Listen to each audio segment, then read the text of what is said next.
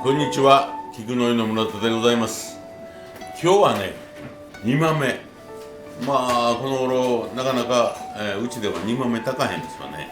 で、豆戻したり豆が柔らかくなるまでとか、昔はね、火鉢とかがあったんで、火鉢の上で豆かけといてコトコトコトコトっておばあちゃん炊いてはったんですけど、今そんなことができんようになってきまして、これ煮て柔らかくなった、豆が売ってますわね。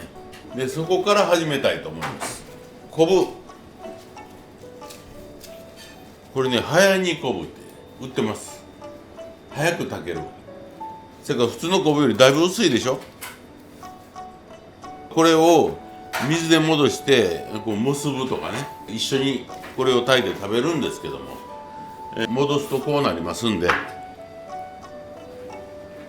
ういう感じですね。これをこういうふうに切っといたら、で煮豆には、5式入ってますよね。まず豆、これは戻してこういうようにしたやつ売ってます。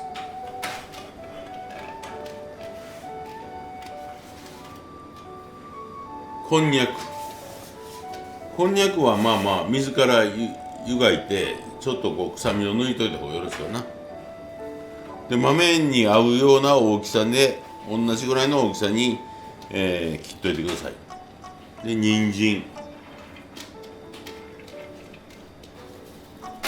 レンコン、昆布、これで五目豆ができるわけですな。だし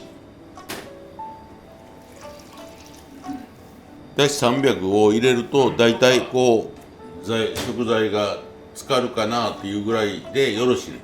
豆がやらこう戻ってますからそんなにだしはいらんので。で、色があんまり使いに薄口醤油、みりん、砂糖、こうやりますとなんとか下に使ったぐらいでしょ。で、これで火にかけて、強火で沸いたら弱火にして、あとはこれが水がなくなるまで炊いてもらうと煮豆になるわけですな。昔は金時豆食べたり、この、甘いね、こんなんおかずにならへんやんって言いながらも豆を食べてましたけども、で五目豆はもうその一般的に普通に一月に一遍やそこらは出てきてたおかずですけども、こんなんあんまりしませんわね。今黒こんにゃく使われてますけど、そのなんていうんですか、種類とかっていうのはどちらでもいいものなんですか？何でもいいですよ。だけども色のバランスを考えると黒の方がいいかな。こんにゃくでえらい味違うからね。こんにゃくはなんかすごい安いのがいっぱい売ってるじゃないですか、どれ買ったらいいのかなっていつも迷います。安いの大方水やね。ほんまにこんにゃく芋を作ってこんにゃく芋をすりおろしてっていうのが弾力は全然違うし、歯応えも全然違うから、プリプリ感もあれも違うし。はい、だいぶ煮詰まってきて、もうこれぐらいになってきました。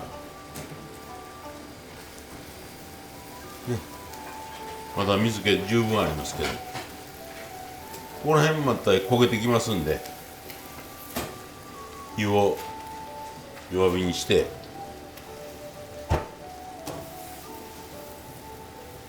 焦げんようにこれぐらいからは気をつけてゆっくりと煮しめてもらったりですね。豆を硬い状態から作る場合はその戻し方のコツとかっていうのはあるんですか？じゃあ一晩水につけて、あとはこの水を変えて湯がくわけですね。で、湯がいてもうほんまに柔らかなったと思うまで湯がかんと無理ですね。それがめちゃめちゃ時間かかるからこういう料理がなくなんねんね。そうですね。昔は練炭の火鉢とかね、ストーブの上に置いてあったりとか。ストーブの上に置いてあるとかね。牛に豆食わして牛を食べるよりも11キロの豆を食べて1キロの肉ができる。それよりも豆を食べた方がいいでしょ。それから豆と米が人類を救うって言うてんやね。せっかく豆を食べる習慣のある昔から食べてきたおかずを今なくしてしまうのはあまりにも惜しい。で時間がないとか手間がかかるとか言わはんやけども、実際問題肉を一枚パッパって焼いてるよりは時間がかかるよ。せやけども体のこと考えたりいろんなこと考えると言うてみれば何日も食べられるからね。これでもう水がなくなりましたね。はい。それから汁がないからそんなに簡単には腐らへんわね。